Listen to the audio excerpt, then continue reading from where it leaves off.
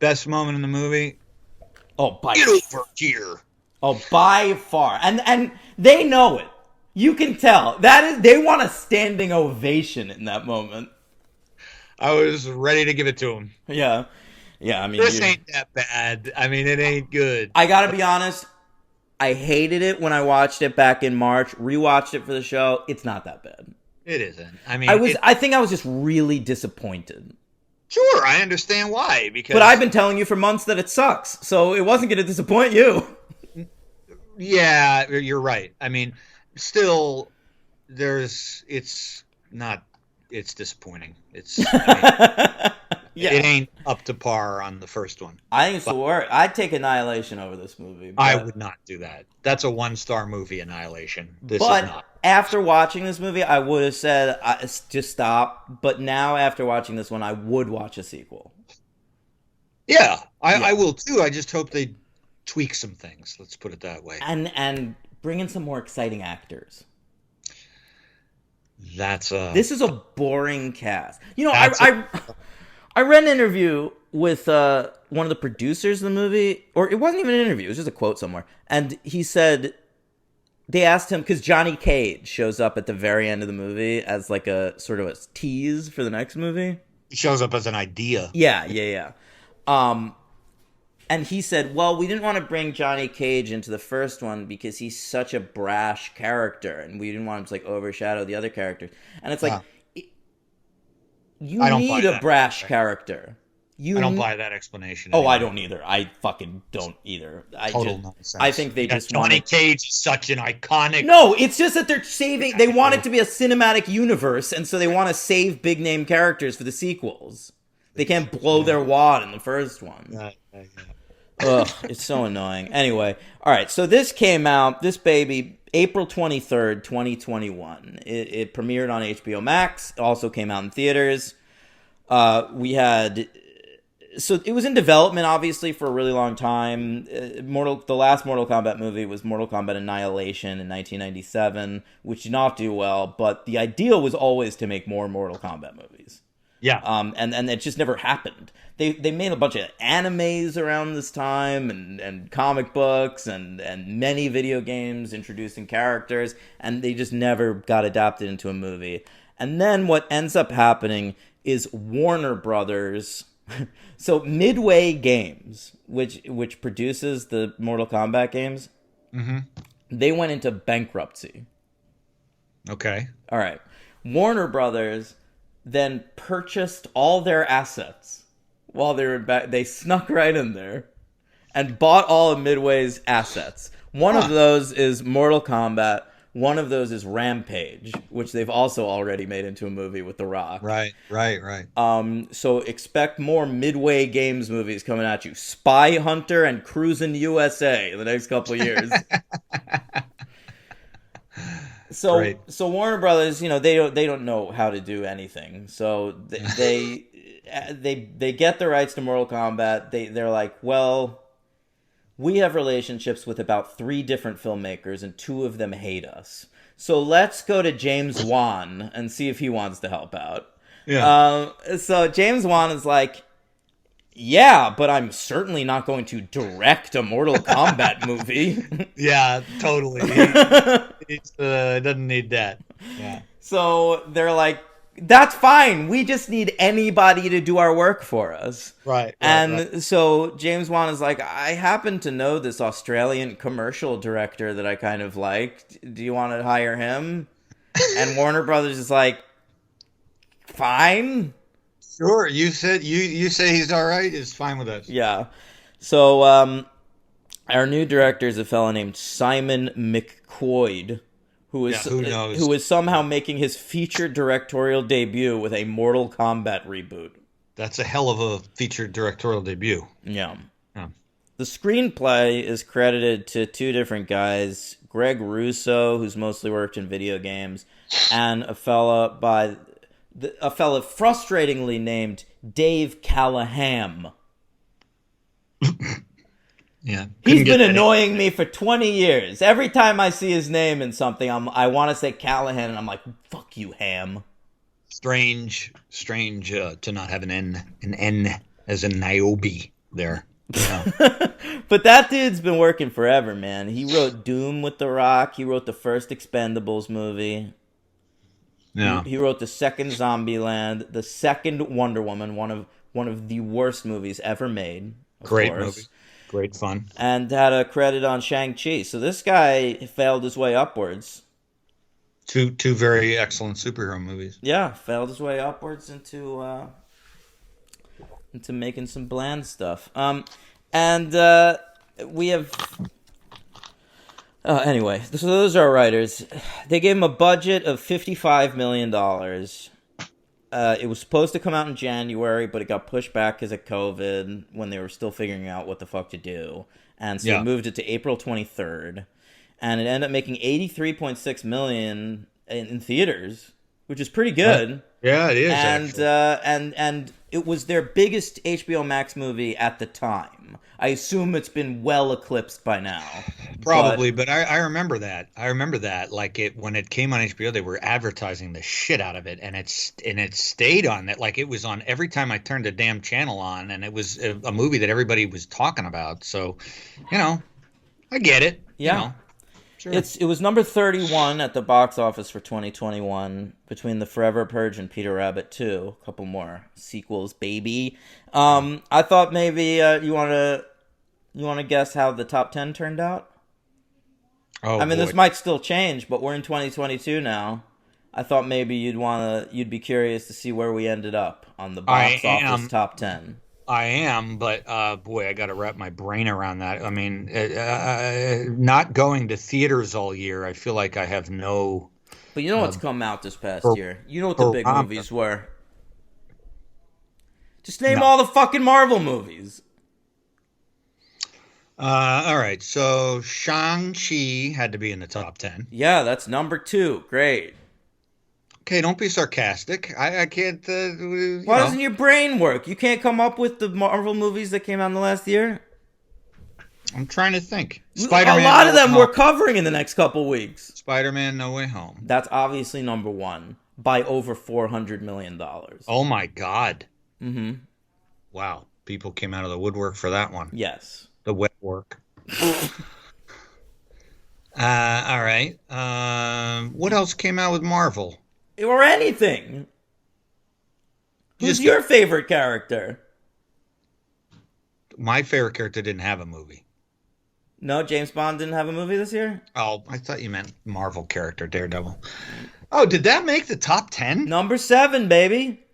You gotta understand, people aren't going to theaters right now, so the big movies are in the top 10. Yeah, I guess anything. All right, just go ahead. All right, number 10. Listen to this. Sneaking into the top 10. Free Guy. God. I saw it in theaters. I gave that some money. Really? Yeah. Number 9, Ghostbusters Afterlife. Number 8, A Quiet Place 2. Number 7, No Time to Die. Number 6, Eternals. That's how big Marvel is. Like, that was considered like the first flop for Marvel. And it made more money than the fucking James Bond movie. Wow. Number 5, F9. Okay. Number 4, Black Widow. Forgot about it completely. Yeah. Number 3, Venom. Let There Be Carnage. Wow. They're all huge movies. Yeah. Every one of them.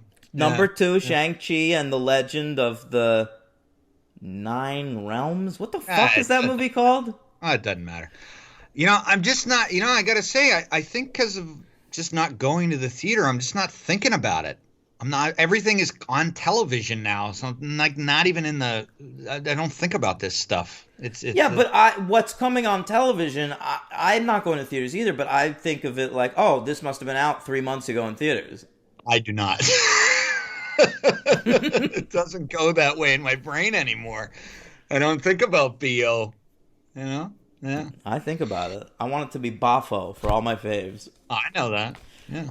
All right, let's talk about it. Mortal Kombat. So we start, it's Japan 1617, and right away I'm like, well, this is what I want from a Mortal Kombat movie. As soon as it started, I thought of you with that year. I was like, Dan's out. Now, I would have been out, but it wasn't set in like 50,000 years ago, so it was 400 years ago, so I could kind of calculate. I was like, okay, 16, 17. Did they have ice powers 400 years ago in Japan?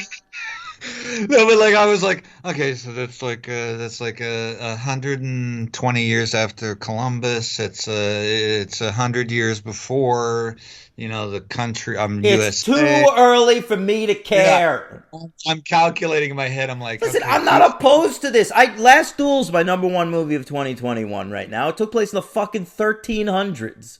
All right? This is... Yeah, but the whole movie took place then. Yeah. Yeah, and also, that's a real film. This is a Mortal Kombat. Just give me two people fighting in a ring. Well, I agree. That's one of the biggest failings of this movie, and I think someone on Letterboxd, I don't remember who said, still waiting for that tournament. Yeah.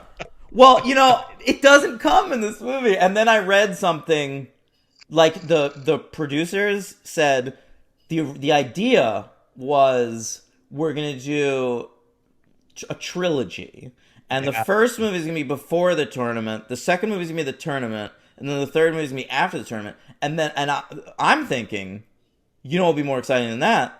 3 tournaments. Just do 3 tournaments.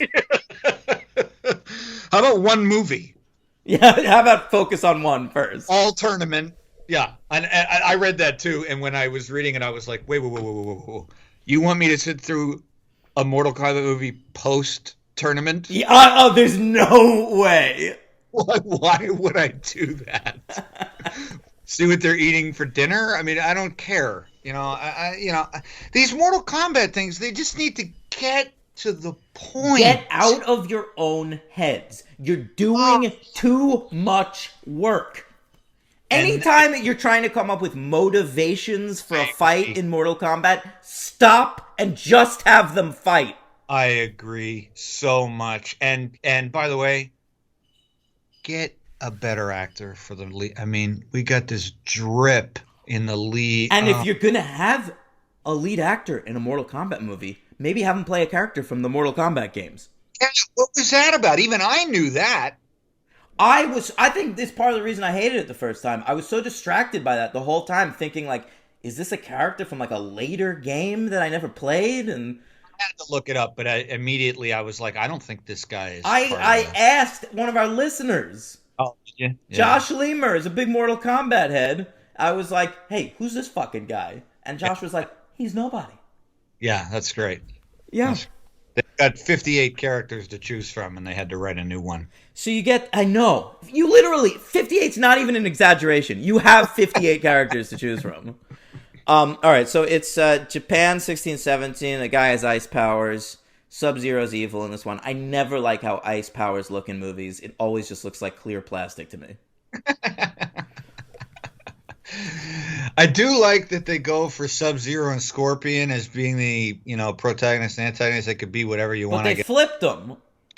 They do flip them. Yeah, you're right. That I had to ask you about too, because, by the way, speaking of looks, Sub-Zero looked way cooler in Paul W.S. Anderson's Mortal Kombat. Everything looked cooler in Paul W.S. Anderson's Mortal Kombat. And the reason for that is Paul W.S. Anderson's Mortal Kombat is doing just a straight adaptation of the fun game that you like, and this movie is trying to take it seriously. That's correct. And they make Sub-Zero just basically have no identity. He just looks like a zombie with like a silver suit. He's not even blue enough.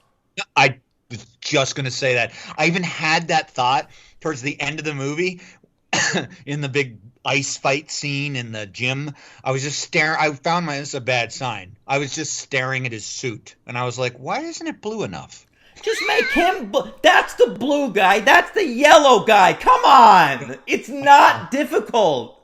I agree. They made them all techno armored up. Yeah, I don't care who's good and who's bad. These characters, they're blank slates.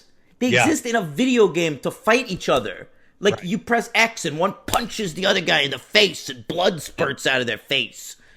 That's what the game is. You can do anything with it. All I ask is that they look like the characters from the game and that they fucking fight each other. It's not a lot. In a tournament setting.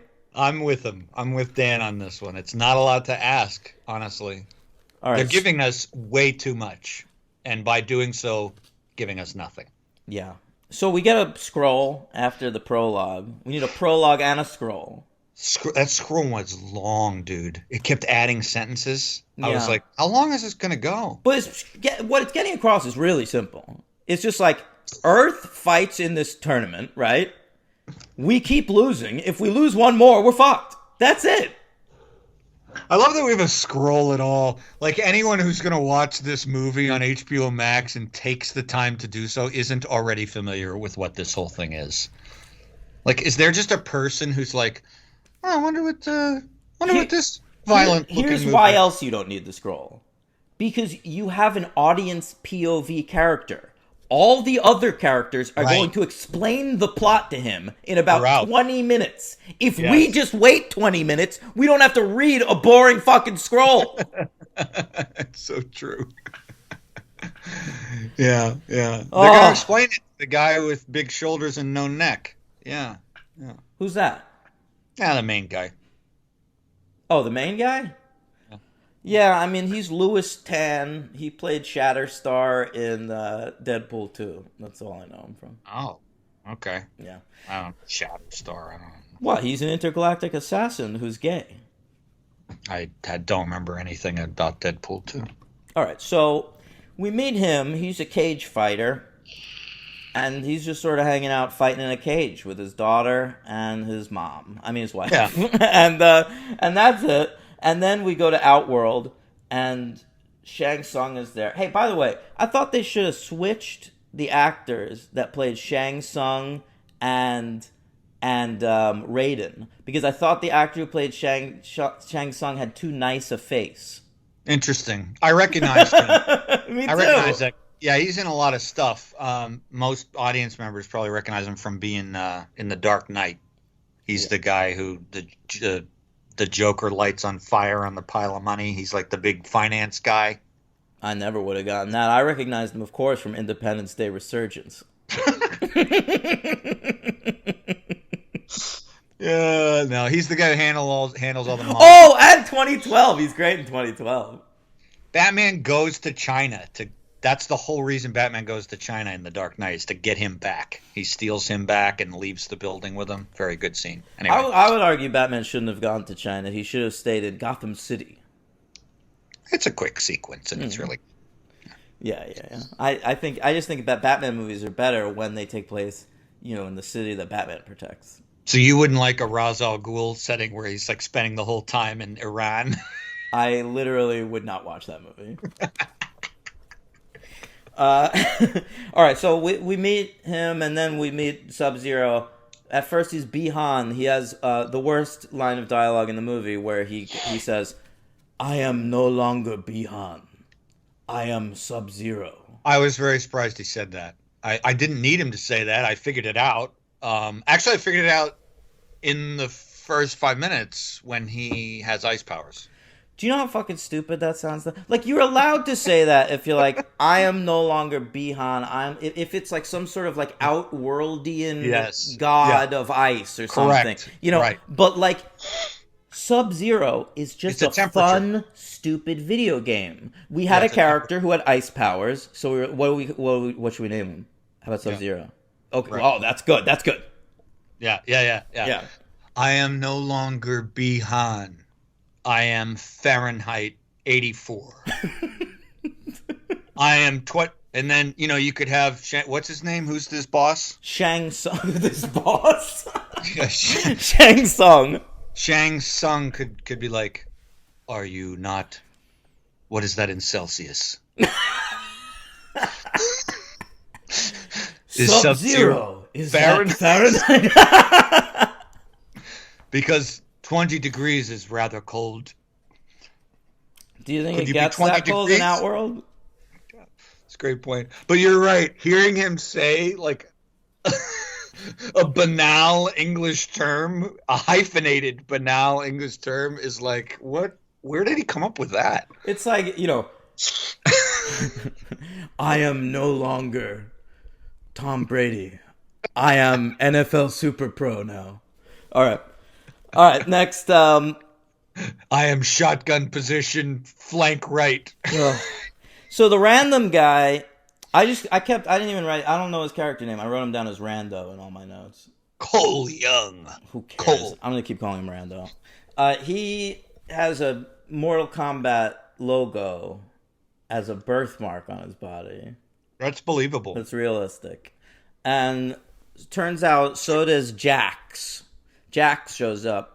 He's played by Mikael Brooks, and Mikael Brooks was in the show True Blood and played a character named Eggs.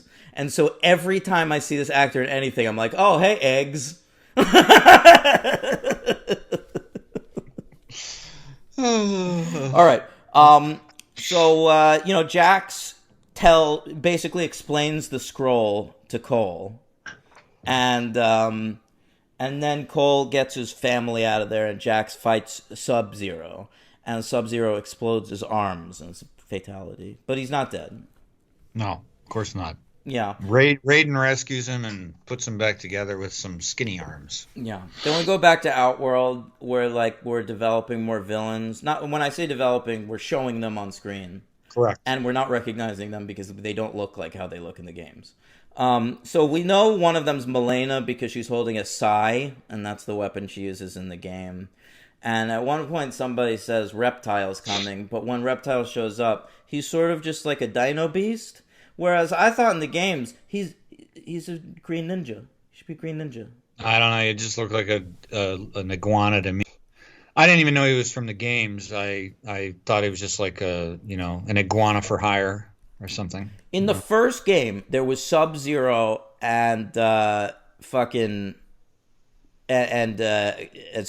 Those were the two ninjas, and they were like the most popular characters. So then the further games, they were like, well, let's do more. So they did a green one named Reptile, and a purple one named Rain, and a red one named Ermac. And Reptile was the most popular one because one of his fatalities, he would take his mask off, and underneath he had a lizard head, and he would go, bah! All right. But in this one, we didn't even bother with the ninja trappings. We just made him a dino. And we made him, if I'm not mistaken, sort of like holographic. Like he can blend into shit and like he becomes invisible. I think chameleon. Chameleon, sorry. Yeah. I was failing on my word. Yeah. I couldn't think, so I just said holographic. Chameleon, like he's like blending into the scenery. And I was like, okay. Yeah. All right, so the random guy goes to see Sonya Blade. I thought Sonya was played by Molly Sims for almost the whole movie, but it turns out it was just some blonde girl that looks like Molly Sims. Didn't think about it, didn't know either way. All right, and she brings in Kano. She has Kano sort of locked in a chair. Yeah. I mean, let's be honest. Either you loved him or hated him. He's the best part of the movie. You felt Kano was the best part of the movie? It's the only part that has any life to it. I mean, I get if you don't like him, if he's too much, but he's the only part that's like. He has all the funny lines. He's sort of Sawyer from Lost. That's what they're trying to do with him. It's very, very funny, and he's the only one who's entertaining. There's a lot of F-bombs thrown around in this movie. Well, it's an R-rated movie. They wanted to be able to do the fatalities and shit from the games, which is the only thing the Paul W.S. Anderson movie does not have over this movie. Yeah. And so they needed to make it R-rated, and so they allowed them to curse, which is nice. It's like you're watching something made for babies, but it doesn't feel like you are. Yeah, it's funny too because it's so funny. The standards in Hollywood have never changed. I don't need the swearing. I don't give a shit. I do need the fatalities, but they're like, well, if we got the fatalities, now we can say fuck. But we definitely can't say boobs. No, yeah. We can't see boobs ever. It's like, who fucking cares? You don't have to swear. Like, that's not why you're watching Mortal Kombat. It's not, but Kano's fun. Kano is fun. It brings a lot of energy to it. That's pretty. He rips Dino Beast's heart out and says Kano wins. And that is one of his fatalities in the game. I remember that. He rips your heart out. Oh, all right. Yeah. So it turns out that Kano knows where Raiden's temple is. And that's a place where fighters used to train for Mortal Kombat. Yes. And so they go to... I don't understand why Kano knows where Raiden's temple is. He says he used to run drugs through it If it's so secret, then how is that a thing? It made no sense. I was thinking the exact same thing when I was watching the movie. I was like, I thought this was like supposed to be some sort of mystical place that nobody could find, like fucking Kunlun or something. Well, I'm a drug dealer in it, and I know where it is. Yeah, I know exactly where it is. I could take you there, Blondie, for $2 million. Yeah. Oh yeah, and she I don't have it. I live in this shithole. All right. So, Liu Kang is there, and you're like, oh, thank God, Liu Kang. I don't have to pay attention to this fucking loser anymore. I could watch Liu Kang on my screen. Why didn't they just make him Liu Kang? They should have. They should have just done that. Yeah, that would have worked. You don't really need anybody. If there's so many characters, they can make him Stryker. Stryker was just this dumb white guy with a gun in the games. You could make him that guy. I mean, they really just should have just taken an existing character, maybe not make him. I think it wastes. I mean, I understand it's a reboot, so they're trying to. But again, it goes back to what we said at the very beginning. They're spending too much time thinking about this. Like, I don't. Yes. I don't really need a character POV to take me through the steps and not believe it at first and think it's crazy and this talk is nuts. Just put me in the world. It should be 90 minutes long. It should be stupid. You should never ask me to care about anybody. Nobody should ever have an emotional character moment. The movie should be Bloodsport. We already have a template for a good Mortal Kombat movie. Yeah, I don't need Cole Young's household being threatened or having a fight with Goro in front of his barn. Goro, more like Boro. Yeah, it was a good review. I like that. Thanks, bro. I didn't need that fight in front of that. I mean, what? I don't know. And then they find, and I mean, the way they come up with their powers is that's okay. Excuse me.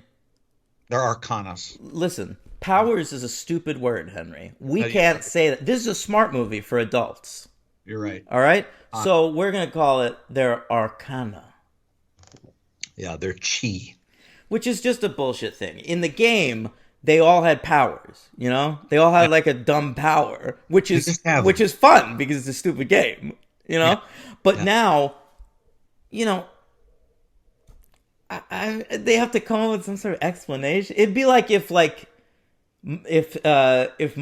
Stan Lee had created like Cyclops and Nightcrawler and Professor X separately, and then Jack Kirby was like, "Hey Stan, why do they all have powers?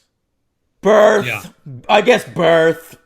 You know, no, but they're that's built into the characters. They came up with that already. Right. Yeah, totally. Yeah, we get like literally it's an exploration of superpowers, and we don't need an explanation and an exploration. But why is Kung Lao's arcana a hat? Where'd he get the hat? I don't know. We never find out. And why is Cole Young when he gets his? It's armor. I was like, wait, that sucks. Does that grow from his skin? I don't know. I thought that too. I was like, because it just looked like fabric to me. Yeah, it looked like fabric to me. He's got these special swords. I know there's a name for them, but I don't know what they are. I don't know. It just there's too much going on where there shouldn't be much. Yeah, so Raiden's there with his triangle hat, and he's being an asshole to everybody, and he's just trying to get everybody to to come up with their arcana, which Kano finally does. He's one-eye Cyclops. That's correct. He gets angry and he can fire a laser out of his right eye. It is pretty cool. All right. So we go back to Outworld. We're introduced to some more fucking villains. And it's just like, all right, here's Cabal, I guess. We're going to deal with Cabal for a while. Who says outright how much revenge he wants on Kano for putting him in this iron lung and making his life depend on it, which immediately sets me up to think they're going to have a fight because he clearly despises this man for ruining his life. But then Cabal offers Kano a heel turn, and Kano immediately accepts. 15 minutes later, they're friends and allies, and we're supposed to believe what was disappointing, honestly, that Kano turns into a bad guy. The whole point was that he was like the crusty good guy who didn't like anyone and no one liked him, but he always had the good in his heart. No, he's a shitheel. So what okay, happens all here right. basically is that when they're at the temple, they like send Cole home because he's like his Arcana is not coming up, and Now, I was so happy when they sent him home. me too. And Sonya's being treated like shit because she doesn't have the mark of the Mortal Kombat, the intellectual property tattoo, and and so like Shang Tsung like sends all the villains of the movie, like they're all. The idea is to like separate them because they're gonna beat them up as like an army. So it's like they all. Well, that's Cole's idea. Yeah. So Cole at his family farm is fighting Goro, and and Kung Lao was fighting Milena and all. They basically fight everybody who has the same size part in the movie as they do, except for Goro, who's like, just like a big guy with arms. And you can see what they're doing. They're trying to make pairing offs. They're pairing off people to fight each other. So I got a better idea, guys. Why don't you have a tournament and you can do the same that you could very organically pair them off by having them fight each other in a tournament setting. No, let's take them to Gold's Gym at the end and have Scorpion. They really are. They're just flat out in a gym at the end of the movie. Let's have Scorpion and Sub-Zero, the two best characters, the only ones I ever gave a shit about. Let's have them fight, and let's have the wife and daughter frozen in ice. In a fucking octagon. While Cole Young spends that whole time punching ice. By the way, every time it cut away to him punching ice, I couldn't help but thinking, I was like, hey, Scorpion could probably use a hand. When he was teaming up with Scorpion at the end of that movie versus Sub-Zero, though, I disagree with you. The entire time I was thinking Scorpion was like, I got this. All right? Go over there. He clearly does. I'm thinking from the point of view of, like, Cole Young. Like, maybe I should help Scorpion. No, he only cares about his family. He's trying to rescue his family. Scorpion does come out of nowhere and pretty much is invincible.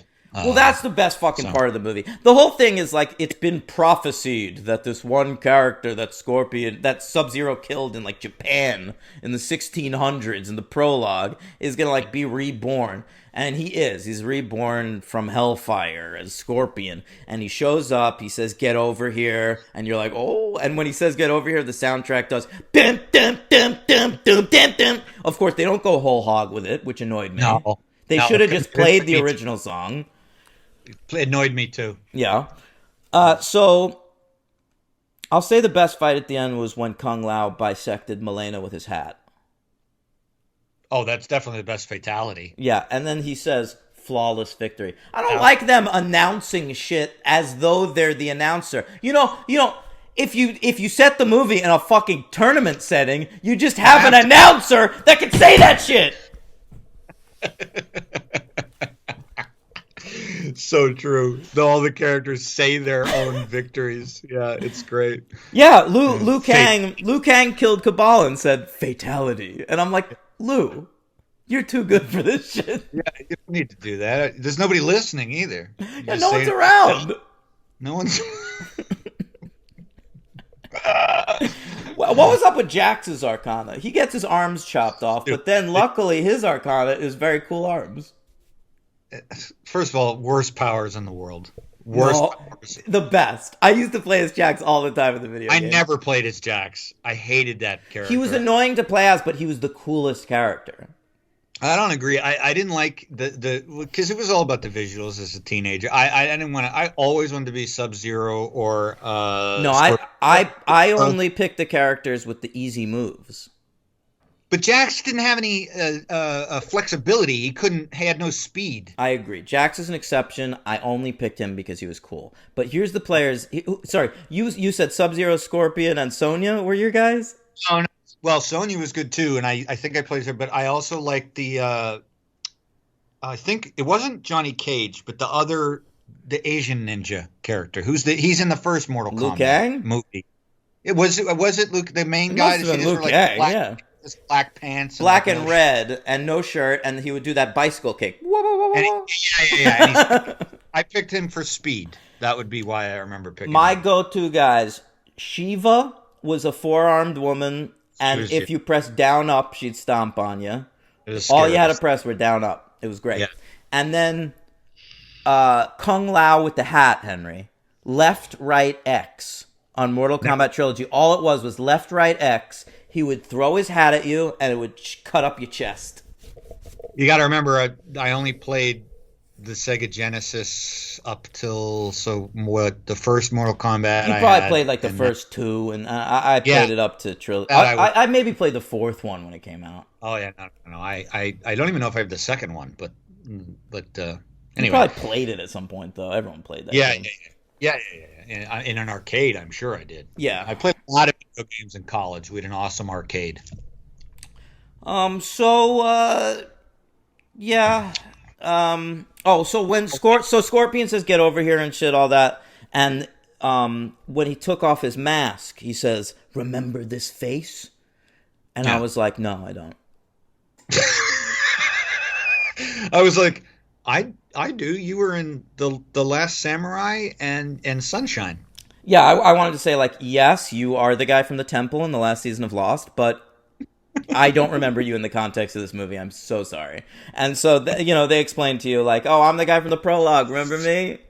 And I'm like, no, but I accept that you've come back into the movie. Yes. And then it ends with the tournament still hasn't happened. It's gonna no tournament, and we need to recruit more people. Basically the movie ends with Raiden going like, "We need better characters in the sequel, so go recruit." And they go and find Johnny Cage. Yeah, and then on the equal part, Shang Tsung has to do his thing where he's just like, I don't have more characters, so I'm going to resurrect Sub-Zero because obviously we're not going to make a sequel without him. Yeah. I will be back in 400 years or a couple of years. Well, he's going to be back in the tournament. The movie starts very early on in the movie. Someone says that the Mortal Kombat tournament, there's not even another full moon until the Mortal Kombat tournament. Right. So it's happening within the month. So I was like, oh, great. So we're probably going to get to this tournament within the next 10 minutes. Yeah. And we just never, ever get to it. So the tournament's in like a day. So like the movie doesn't really have an ending. It just sort of ends, and they have to go to the tournament now. They're going to see each other real soon. Hey, Johnny Cage. My name's Cole. I need you really quick. You don't have time to ask questions. It's gonna be a tournament. You're gonna be really good. You better figure out this fucking shadow kick thing in 2 weeks. 2 stars. I agree. Yeah. Who's your MVP? My MVP. Kano. Yes. Sorry, I blanked there. Yeah, it was obvious. Kano and my LVP is Cole Young by a mile. Louis Tan. Yeah, he's my LVP too. Did I say who my MVP was? No. Yeah, I guess because it's kind of tough. It was Scorpion. He was decent. He's better than the guy who played Sub-Zero, or what they did as Sub-Zero. Yeah. Might go with Kung Lao just because I like that hat. Okay, I get it. Liu Kang was. I don't know. None of these guys were that good. I'll go with Scorpion. Yeah. Yeah, I mean, it's the best actor. And it's the best moment in the movie, the get over here thing. The best moment in the movie by a mile, and Hiroyuki Sanada is the best actor. He's like the only actual actor in this whole thing. So, What about Eggs? Kano, I guess, is an actual actor. I guess he certainly is a television actor. Yeah. So, all right. Yeah. All right. Well, that's that. And where do you rank it? Do you think it's better than Annihilation? Yes. Okay, I do. Yeah. I go Paul W.S. Anderson's Mortal Kombat, then this, then Annihilation. All right, baby. You go. This is the worst. I don't think anything can compete with Annihilation. That was. Yeah. Annihilation's got those balls. They're riding around those balls. It kicks ass.